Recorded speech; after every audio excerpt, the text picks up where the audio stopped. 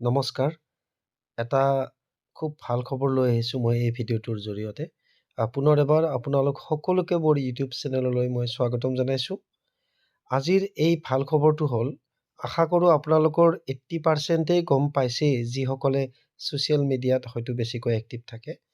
এইটো হ'ল যে GT PGT যি নিযুক্তি প্ৰক্ৰিয়া হৈ গ'ল আৰু সেই নিযুক্তি প্ৰক্ৰিয়াত বহু কেণ্ডিডেটে স্ব-ইচ্ছাই বিভিন্ন কাৰণবশতঃ পষ্টবিলাকত কিছুমানত জইন নকৰিলে আৰু সেই মৰ্মে বহুতো ভেকেণ্ট পষ্ট ইতিমধ্যে ৰৈ গৈছে আৰু এইটো মই ক'বলগীয়া কথা বুলি নহয়, আপোনালোকেও জানে।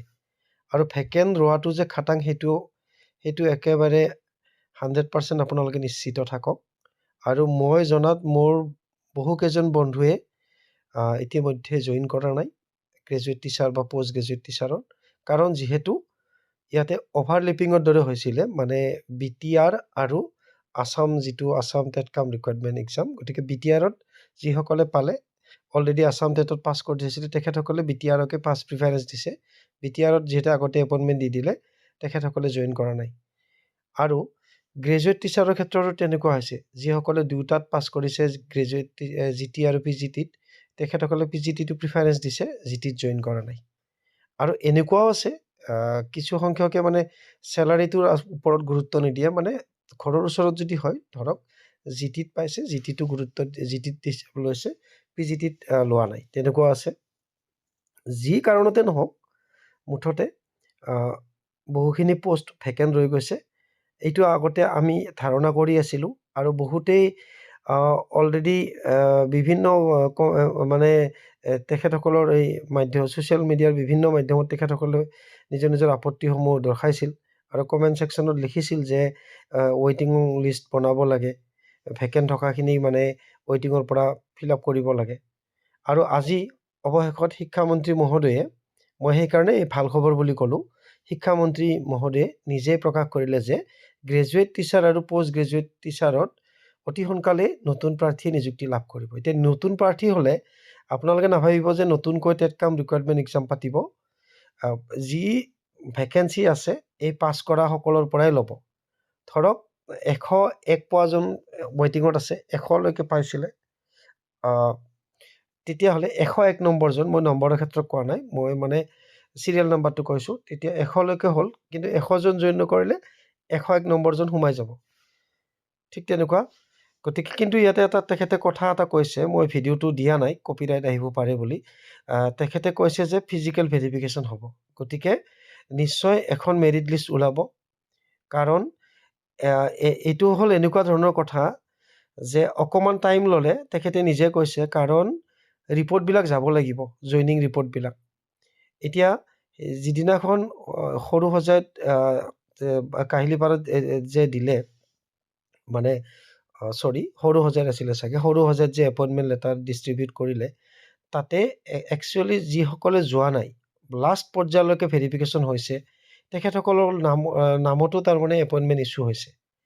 গতিকে তেখেতসকলে এপইণ্টমেণ্ট পোৱা বুলিয়ে শ্ব' কৰি আছে ৰেকৰ্ডত শিক্ষা বিভাগৰ। কিন্তু এতিয়া লাহেকৈ যেতিয়া টাইম মুকলি গ'ল, জইনিং ৰিপৰ্টটো যেতিয়া তেখেতসকলৰ নাযাব, জইনিং ৰিপৰ্টটো যেতিয়া এবচেণ্ট থাকিব, তেতিয়া শিক্ষা বিভাগে কনফাৰ্ম হ'ব যে এই প্ৰাৰ্থীজনে এপইণ্টমেণ্টখন কালেক্ট কৰিছিলে। কোনোবাই এনেই কালেক্ট কৰে, এটা মেমৰি হিচাপত থৈ দিম বুলি, কিন্তু এই প্ৰাৰ্থীজনে স্কুলত জইন নকৰিলে, বা কোনোবাই নিবই নাহিলে এপইণ্টমেণ্ট লেটাৰ, ঠিক তেনেকুৱা।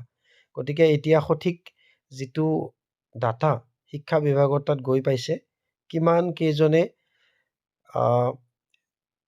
স্কুলত জইন কৰা নাই, আৰু সেই মৰ্মে ভেকেণ্ট পষ্টবিলাক নতুনকৈ ফিল আপ কৰাৰ এটা যোজা চলাইছে। এই কথা শিক্ষামন্ত্ৰী মহোদয়ে নিজে প্ৰকাশ কৰিছে। এতিয়া কথাটো কি হ'ল, ইয়াতে কৰিব লগা বিশেষ একো নাই। আগতে যেনেকৈ 6টা জুনত হৈছিলে, এইবাৰ হয়তো কেণ্ডিডেট যদি কম হয়, হয়তো ষ্টেটত মাতিবও পাৰে কাহিলীপাৰাত, আৰু আপোনালোকৰ প্ৰচেছটো একেই হ'ব, পুনৰ ডকুমেণ্ট ভেৰিফিকেশ্যন হ'ব। গতিকে ডকুমেণ্ট ভেৰিফিকেশ্যনত আপোনালোকে আগৰ প্ৰাৰ্থীসকলে যি নিছিলে সেইবিলাক লৈ যাব। NOC লাগিব, ধৰক যিসকল অলৰেডি জব হোল্ডাৰ বিভিন্ন ডিপাৰ্টমেণ্টত জব কৰি আছে বা গ্ৰেজুৱেট টিচাৰত কৰি আছে, কোনোবা পোষ্ট গ্ৰেজুৱেটত পাইছে। তাৰপিছত কাষ্টৰ চাৰ্টিফিকেট চাব পাৰে আপোনালোকে যদি ৰিজাৰ্ভ কেটেগৰীত এপ্লাই কৰিছে। আৰু লগতে আপোনালোকৰ লাগিব এমপ্লয়মেণ্ট এক্সচেঞ্জৰ যিখন চাৰ্টিফিকেট সেইখন লাগিব। তাৰপিছত ফটো লাগিব। গতিকে এইখিনি আপোনালোকে লৈ যাব আৰু গোটেই ডকুমেণ্টছখিনি লৈ যাব আপোনালোকৰ। তাৰপিছত আপোনালোকে নেক্সট ষ্টেপবিলাক নিশ্চয় তাতে যোৱাৰ পিছত গম পাব। আৰু হয়তো এইবাৰ বেছি ডিলে নকৰে, হয়তো এসপ্তাহ বা 15 দিনৰ ভিতৰতে আপোনালোকৰ আকৌ মানে ৰিজাল্টটো ওলাব পাৰে ফাইনেল। গতিকে এইটো এটা মই খুব ভাল খবৰ বুলি ভাবোঁ, কাৰণ যিহেতু গভমেণ্টে এটা টাৰ্গেট কৰি ইমানখিনি পোষ্ট ফিল আপ কৰিম বুলিয়ে টেট কাম ৰিকুৱাৰমেণ্ট এক্সাম পাতিছিলে। আৰু কোনোবাই কিবা কাৰণত জইন নকৰিব পাৰে, কিন্তু কোনোবাই 1 নম্বৰ বা 2 নম্বৰৰ কাৰণে ৰৈ গৈছে, তেখেতসকল 1 নম্বৰ বা 2 নম্বৰৰ কাৰণে যে তেখেতসকল অযোগ্য সেইটো কথা নহয়। 1-2 নম্বৰৰ ঘাটি হৈ যায় কেতিয়াবা। গতিকে যি কেইজনে জইন নকৰিলে তেখেতসকলৰ পোষ্টকেইটা নিশ্চয় ৱেইটিঙৰ কেইজনে পাব লাগে, কাৰণ তেখেতসকলেও যোগ্যই হয়, যোগ্য প্ৰাৰ্থী হয়। সেইকাৰণে মই ভাবিলোঁ এই ভাল খবৰটো ভিডিঅ'ৰ জৰিয়তে আপোনালোকৰ সৈতে শ্বেয়াৰ কৰোঁ। যিসকলে বাৰু গম পাইছে ইতিমধ্যে গম পালে, আৰু গম নোপোৱাসকলে যদি মোৰ ভিডিঅ'টোৰ পৰা 20 বা 30% যদি উপকৃত হয়, মই ভাবিম ভিডিঅ'টো বনোৱা মোৰ সফল হৈছোঁ। আৰু যদি মই কিবা এক্সপ্লেনেশ্যন কৰাত কিবা ভুল ভ্ৰান্তি হৈছে বা প্ৰনাউন্সিয়েশ্যন কিবা ভুল হৈছে, আপোনালোকে আপোনালোকৰ মাজৰে এজন বুলি ক্ষমা কৰি দিব।